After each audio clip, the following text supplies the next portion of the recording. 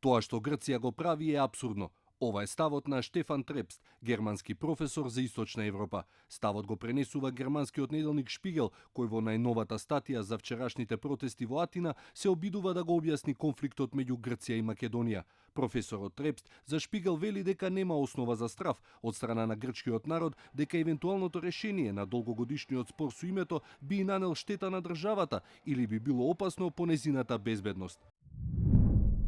Тоа е апсурдно, бидејќи со децении Грција е членка на НАТО и на Европската Унија и има армија која е значително поголема од таа на микроскопската држава Македонија. Под насловот "Соседи во битка за името", спорот меѓу Грција и незиниот северен сосед натера илјадници грци на протести во Атина, стои во угледниот Financial Times, кој пренесува дека грците се исплашени од наводните иредентистички претензии од Македонија. Весникот забележува дека една од најпознатите личности на грчката култура, 92 годишниот Микис Теодоракис, потранспарентно тргнете ги рацете од Македонија, предупредува дека постапките на владата се закана за територијалниот интегритет на Грција. Време е за решенија, оптимистички најавува во коментарот весникот Tageszeitung. Со минување на време проблемот нема да се реши. Во Атина се свесни за тоа. Веројатно и во Скопје расте свеста дека јужниот сосед и покрај патриотскиот патос кој од време на време го емитува нема територијални претензии. При тоа, сите грчки влади во последните 20 години прифаќаа дека името Македонија ќе биде дел од решението. Во замена, бараат уставни и безбедносни гаранции кои ќе ги спречат идните соништа за голема Македонија до Егејот. Колумнистот смета дека многу нешта се сменети од минатото. Денес, големите партии не се категорично против компромис. Државната телевизија не промовира патриотска идеологија, а моќната православна црква делува поделена по однос на македонското прашање. Се на се, доаѓа времето за решение. Но можеби најрелевантниот коментар доаѓа од германскиот Frankfurter Allgemeine Zeitung под наслов "Флексибилно цинично", каде покрај состојбата во Грција се анализира и однесувањето на Русија околу спорот за името. Спорот за името меѓу Грција и Македонија е повеќе од само фарса меѓу две држави. Тој може да има последици за стабилноста на целиот регион на Југоисточна Европа, затоа што Атина не дозволува Македонија да се вика исто како и незината истоимена провинција. Со години го блокира приближувањето на незиниот северен сосед кон ЕУ и НАТО. Тоа со години ја насочуваше Македонија кон авторитарно-националистички курс кој речиси ја растргна земјата, а последиците за околните држави ќе беа непроценливи. Новото придвижување во спорот за името е овозможено благодарение на демократските промени во Македонија. Ново весникот се предупредува дека тој напредок може да се загрози доколку Атина повторно стане националистички тврдоглава и дозволи опортунизмот и цинизмот на Москва да влијаат на процесот.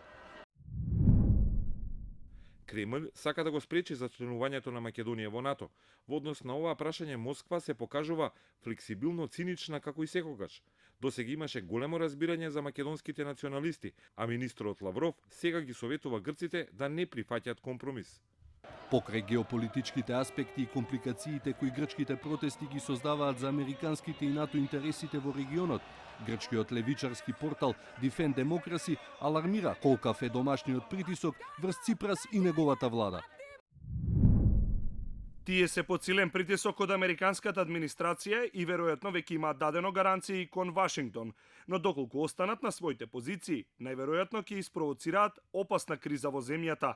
Проблемот не е само што 70% од популацијата е против нивната политика, туку што опозицијата е многу силна, покрај јавното мислење кое владината политика ја доживува како национално предавство.